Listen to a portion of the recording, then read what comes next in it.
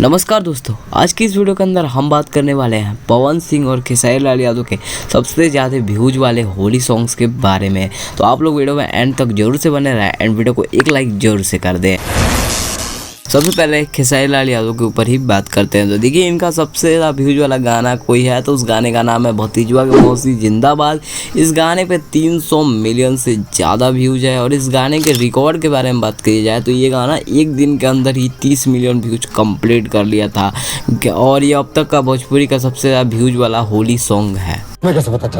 तुम्हें कैसे पता चला? और बात की जाए पवन सिंह का सबसे ज़्यादा व्यूज वाला होली सॉन्ग का तो वो है लहंगवा लस लस करा था। गाने पे 163 की 70 मिलियन से ज़्यादा व्यूज है। गाने में पवन सिंह के साथ हमें नीलम गिरी देखने को मिली थी। गाना काफ़ी ज़्यादा बढ़िया है। इस गाने में कहीं से भी अश्लीलता नहीं है। तो आप लोग मुझे कमेंट में ज़रूर से बताना कि आपको इन दोनों गानों में से कौन सा गाना पसंद आता है। मुझे तो दोनों ही गाना पसंद आता है। अगर नाचने का मन हो तो दोनों गाना सुनो और नाचते रहो।